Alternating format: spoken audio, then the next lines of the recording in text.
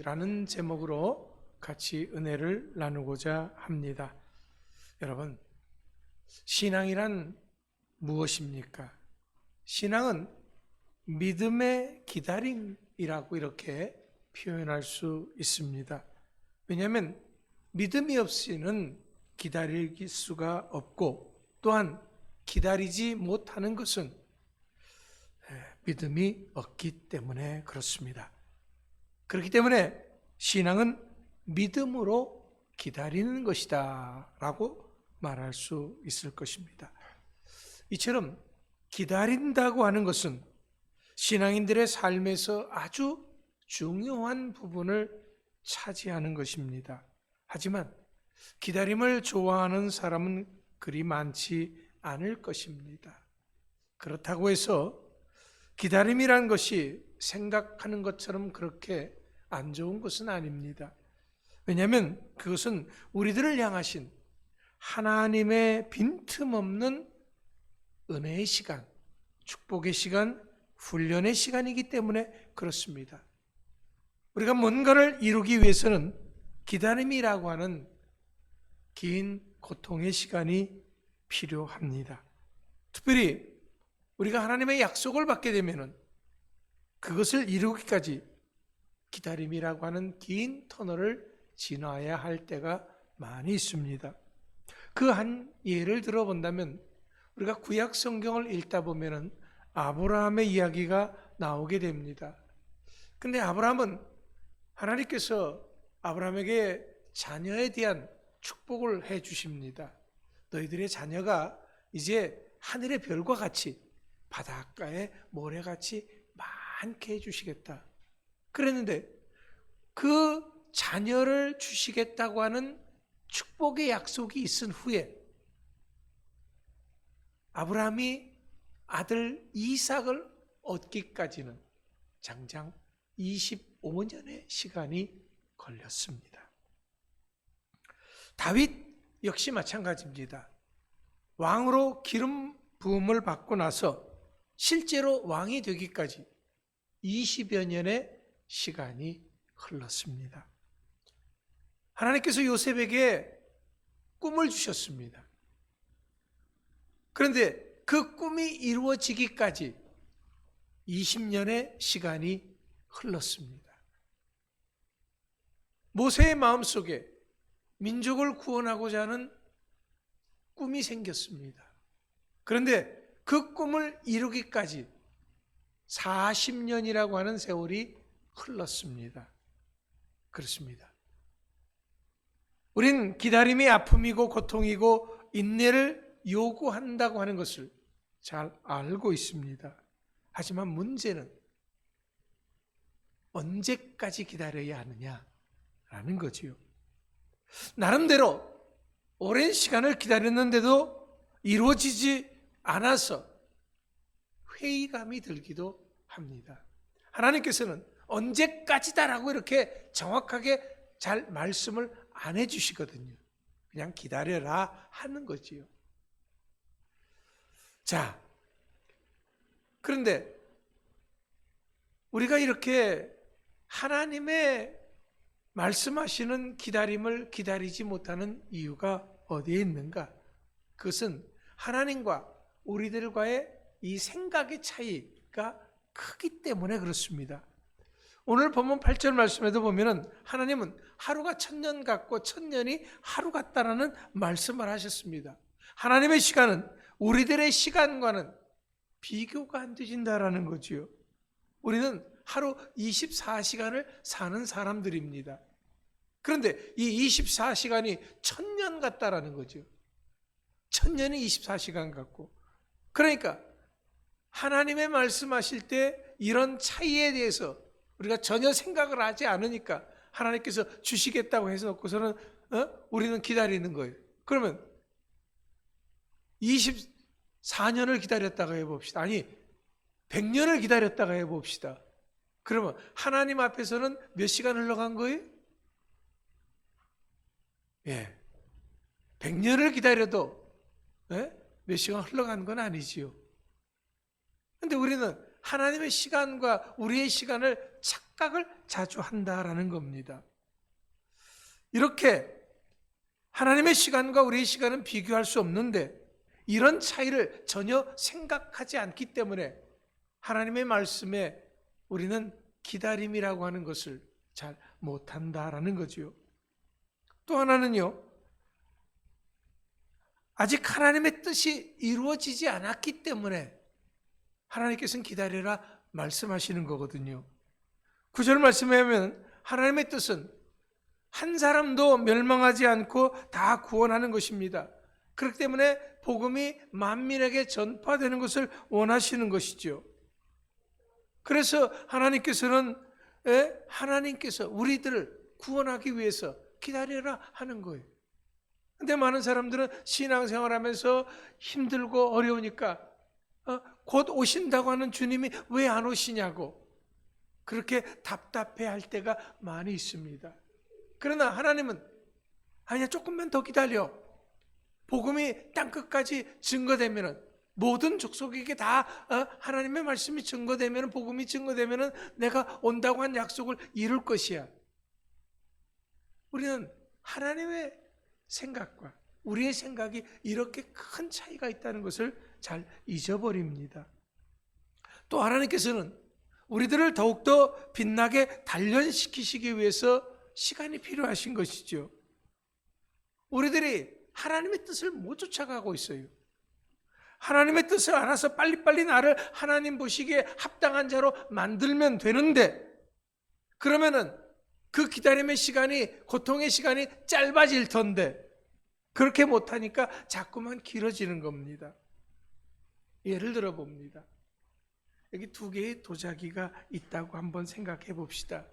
모양은 같은데요, 하나는 아주 윤기가 반짝반짝 빛나고 색이 아름답습니다. 하나는 볼품도 없고 광도 없고 투박합니다. 왜 그럽니까? 이유가 어디에 있습니까? 그것은 아름답고 빛나는 도자기는 여러 번 가마에 들어가서 불에 구워지는 시간을 가졌기 때문에 그렇습니다. 그렇다면 내가 고통의 인내의 시간을 보내고 있다고 하면 바로 구워지는 과정이다라는 거지요. 이럴 때 우리는 생각을 합니다. 아니, 내가 지금 내가 어때서 왜 내가 이런 과정을 거쳐야 하지? 네, 충분히 그렇게 생각할 수 있습니다. 하지만 이것은 하나님과 우리들 사이에 그만큼 생각의 차이가 크다는 것을 나타내 주시는 것입니다. 하나님이 우리에게 원하시는 모습이 있고요, 우리가 생각하는 우리의 모습이 있습니다. 근데 우리는 우리가 생각하는 우리의 모습을 하나님이 생각하는 우리의 모습이라고 착각을 하는 거지요. 자, 우리는 이제 현실을 좀 똑바로 볼 줄 알아야 합니다. 그렇다면 우리가 인내하면서 하나님의 뜻을 이루기 위해서 해야 할 일이 무엇일까요? 그것은 첫 번째로 서로 간에 지지자가 되어줘야 합니다. 자, 참기 힘든 상황도 잘 참고 성공한 사람들이 있습니다. 학자들이 이런 사람의 공통점을 찾아보았습니다. 이들은 하나같이 회복 탄력성이 아주 높은 사람들이었다라는 거죠. 그래서 이들이 아무리 어려운 상황이 처했다고 할지라도 그들은 좌절하지 않고 다시 일어섰습니다. 끝까지 인내하는 곰곰 같은 아주 탄력성이 뛰어났다라는 거지요. 그런데 그러한 이유보다도 더 중요한 한 가지 이유가 있었습니다. 그것은 뭐냐면 누군가 다른 한 사람이라도 그에 대해서 참아주고 지지해주는 사람이 있었다라는 겁니다.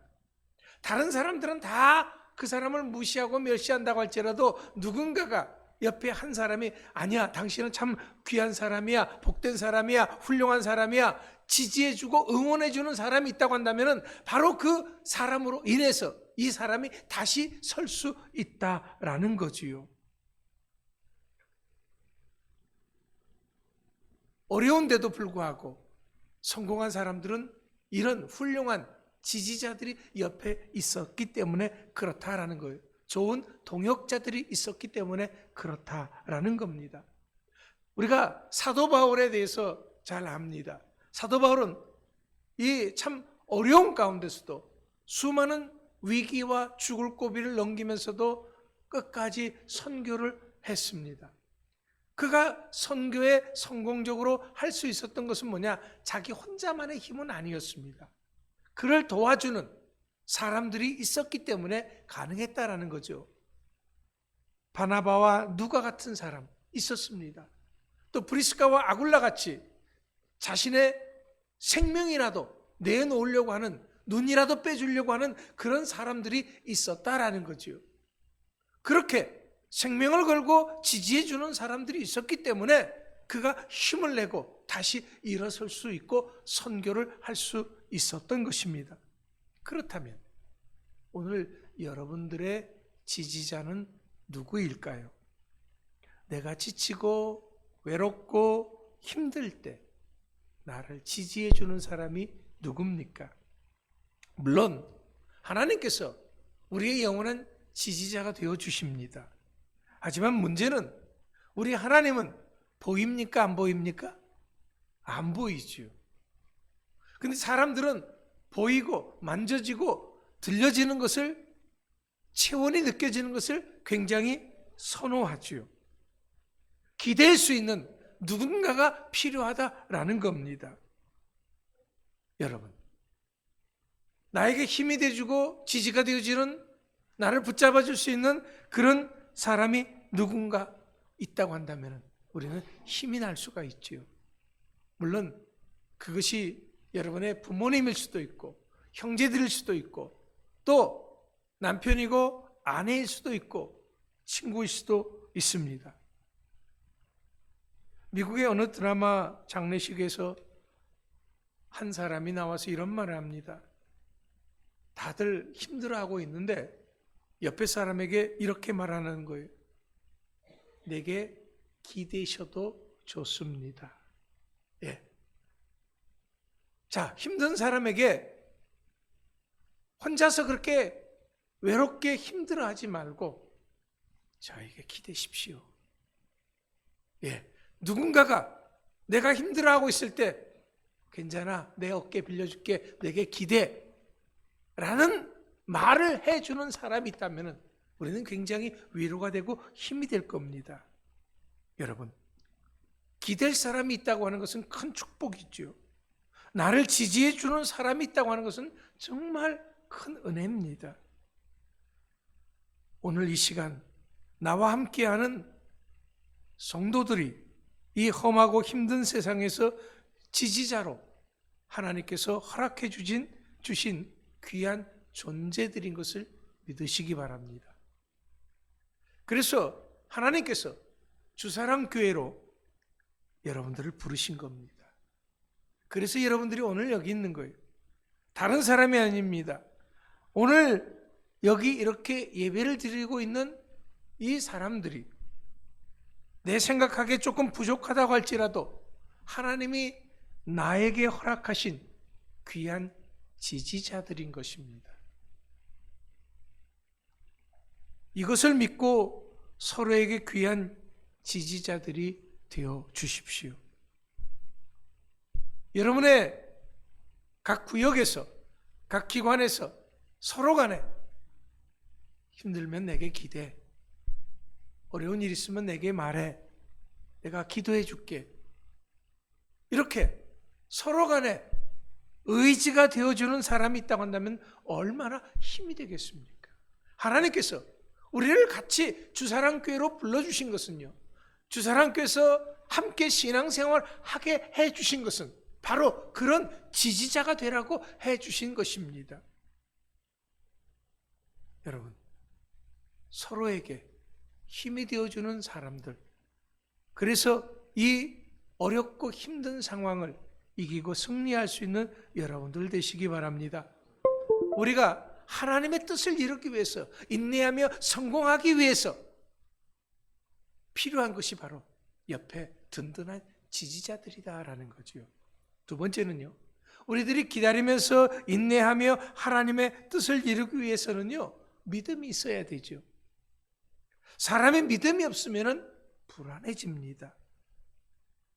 위급한 상황이 되면 이러다가 내가 가진 모든 것 잃어버릴 수 있다고 하는 불안감이 생긴다고 한다면 우리는 기다리지 못하게 되는 것이죠. 사실 오늘날과 같은 이 코로나 시대에는 더더욱 많은 사람들이 불안과 두려움에 시달립니다.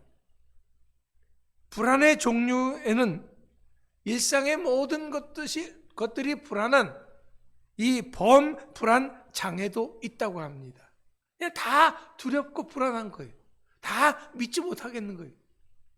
그래서 모든 것을 다 두려워한다라는 겁니다. 또 요즘 많은 사람들에게 들어볼 수 있는 하나의 병명이 뭐냐면 공황장애죠. 이 공황장애를 앓고 있는 사람들이 의외로 많다고 하는 것입니다. 예기치 않는 상황에서 이 공황장애가 반복적으로 나타나서 사람을 힘들게 만듭니다. 외부에 아무런 위협이 없음에도 불구하고 가슴이 두근거리고 어지러워지고 다양한 신체 증상이 동반해서 심한 불안과 두려움이 발생하는 거죠. 정말 숨이 차가지고서는 이러다가 죽을 것 같다고 하는 생각이 엄습해지는 것이 공황장애입니다. 그런데 이 공황장애가 한 번으로 끝나는 것이 아니고 계속해서 반복되어진다고 한다면 사람이 참 어려운 거죠. 이 공황장애는 사실 원래 어떤 위협에 반응하기 위한 뇌의 정상적인 작용이었습니다.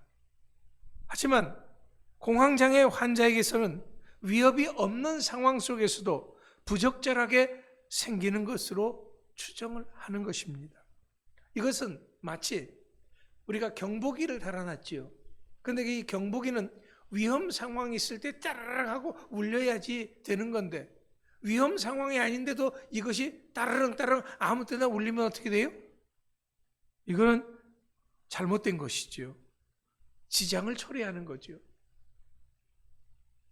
많은 사람들이 위험한 상황이 아닌데도 불구하고 몸에서는 그런 반응을 하게 되는 것이 이게 공황장애다라는 거예요.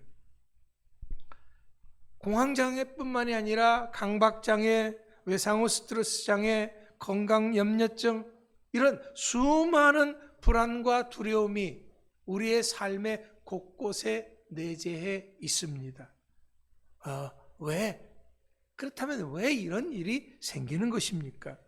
물론 개인적인 사회적인 요인이 있을 수 있습니다. 하지만 무엇보다도 기초가 되는 가장 중요한 한 가지 이유는 뭐냐 그러면요, 믿음의 상실입니다. 불신에서 오는 겁니다. 사회에 대한 불신, 미래에 대한 불신, 사람에 대한 불신, 일에 대한 불신, 두려움, 거기에서 모든 것들이 시작되어진다라는 거지요. 살면서 우리가 크고 작은 문제들을 만나지 않는 사람은 아무 사람도 없습니다. 죽지 않고 살아 있다고 하는 것은 누구든지 문제를 만나게 되는 것입니다. 두려움과 공포와 불안을 느낀다고 하는 것은 그것은 내가 살아있다고 하는 증거이기도 하지요. 물론 신앙인이라고 해서 예외는 아닙니다. 왜? 신앙인도 살아있는 존재니까요.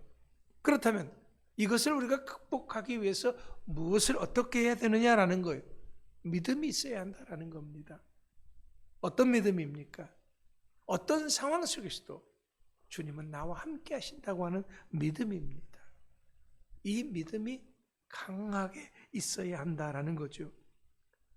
공포와 두려움 이런 것들이 우리를 휩싸이게 되면은 우리는 그것을 견디지 못합니다. 그러나 이런 것들이 휩싸인다고 할지라도 주님이 우리와 함께 하신다는 생각을 우리는 갖고 있어야 합니다. 그런데 이 공포와 두려움이 우리에게 휩싸이게 되면 주님이 나와 함께 하신다고 하는 그 사실에 둔감해진다라는 거예요. 이렇게 되면 우리가 정말 붙잡아야 될 말씀의 약속을 붙잡지 못하게 되고 오히려 붙잡지 말아야 될 그런 것들을 붙잡게 되어진다라는 거예요. 불안과 두려움을 붙잡게 된다라는 겁니다. 이것을 마치 주님인 양 붙들고 있으니까 그것이 내게서 떠나가지 않는 것입니다. 그렇게 되면 오히려 우리들은 믿음의 사람이라고 하면서 교회는 다닌다고 하면서 하나님께서 왜 나를 돌보지 않느냐고 불평하고 원망하게 됩니다. 현실적인 문제에 갇히게 되고 그 두려움 속에 갇히게 되고 그래서 내 자신을 이렇게 닫게 되진다라는 겁니다. 그러나 주님께서는 우리에게 이 불안과 두려움을 치료하는 방법을 가르쳐주고 있습니다. 그것은 뭡니까? 두려워하지 말고 맞서라라는 겁니다. 시편 23편 4절에 보면 다윗은 두렵다고 해서 무섭다고 해서 물러나지 않았습니다. 오히려 그 길을 걸어갔습니다. 내가 사망의 음침한 골짜기로 다닐지라도 해를 두려워하지 않을 것은 주께서 나와 함께 하심이라. 주의 막대기와 지팡이가 나를 안위하시나이다. 그렇습니다. 다윗은 정말 죽을 것 같은 그런 위험한 상황 속에서도 하나님이 나를 사랑하시고 하나님이 나를 지키신다고 하는 그런 확신이 있었기 때문에 그 마음을 놓고 앞으로 전진할 수 있었던 것입니다. 그것만이 아닙니다. 시편 27편 3절에서는 군대가 나를 대적하여 진칠지라도 내 마음이 두렵지 아니하며 전쟁이 일어나 나를 치려 할지라도 나는 여전히 태연하리로다. 어떤 상황 속에서도 주님이 나와 함께 하시고 나를 지키신다고 하는 확신이 우리들에게 필요한 것입니다. 여러분, 우리 하나님은 우리를 만드신 분이 그렇기 때문에 우리가 가지고 있는 연약함이 뭔지 내가 가지고 있는 그 두려움이 어떤 것인지 이해하십니다.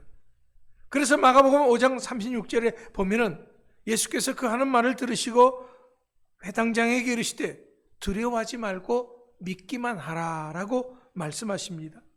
상황이 어찌 되었던 간에 중요한 것은 주님이 나와 함께 하신다라는 거예요. 이것은 변하지 않는다라는 겁니다. 세상 끝날까지 나와 함께 하겠다고 우리 주님 약속하셨습니다. 그렇기 때문에 우리는 이것을 믿고 이것을 붙잡아야 하는 것입니다.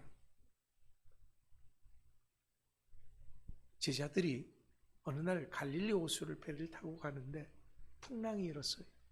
한밤중입니다. 그러면 밤중에 풍랑이니까 이 풍랑을 이길 수가 없어서 다 죽어져 가는 그런 상황입니다. 그때 주님께서는 그 풍랑 위로 걸어오셨습니다. 제자들은 깜짝 놀라서 마치 주님이 귀신인 줄 유령인 줄 착각할 정도였습니다. 여러분, 아무도 나를 도와주는 사람이 없는 그런 망망대해 속에 갇혀있는 상황이라고 할지라도요, 사람들에게 내 호소 소리가 안 들린다고 할지라도 내가 처한 그 상황을 알고 내가 부르짖는 그 소리를 들으시는 분이 누굽니까? 우리 주님이십니다. 한밤중이건 언제 어디서건 나를 찾아오시고 나를 만나주시는 분이 누굽니까? 바로 주님이십니다. 우리는 그것을 믿어야 한다라는 것입니다. 내 고통과 아픔 속에서 죽음을 이기신 주님께서, 부활의 주님께서 나를 붙잡아 주시기 위해서 나를 찾아오십니다. 그분이 내게 말씀하십니다. 걱정하지 말고, 염려하지 말고, 두려워하지 말고, 불안에 떨지 말라고. 내가 너를 사랑한다. 내가 너와 함께한다 말씀하십니다.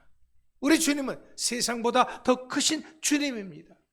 그 주님이 나와 함께 하신다고 하는 믿음을 가지시기 바랍니다.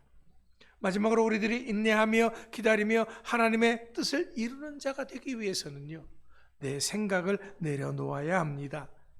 사람들은 자신이 가진 얕은 지식과 경험을 가지고 모든 것을 다 판단하려고 합니다.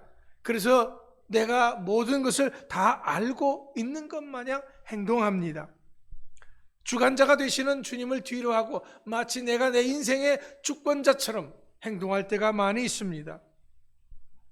에덴 동산에서 사탄의 유혹이 무엇이었습니까? 선악과를 따먹으면 하나님처럼 된다고 하는 것이었습니다. 창세기 3장 4절 5절에서 이렇게 얘기를 합니다. 뱀이 여자에게 이르되 너희가 결코 죽지 아니하리라. 너희가 그것을 먹는 날에는 너희 눈이 밝아져 하나님과 같이 되어 선악을 알 줄 하나님이 아심이니라. 여러분, 결국 인간은 선악과를 따먹었습니다. 그 후로 인간들은 모든 일들을 함에 있어서 마치 자신들이 하나님이라도 된 것 마냥 행동을 하게 된 것입니다. 그래서 자신들의 생각이, 자신들의 판단이 하나님의 말씀보다 더 우선할 때가 많이 있습니다. 자신들의 감정이 하나님의 말씀보다 우선할 때가 많이 있습니다.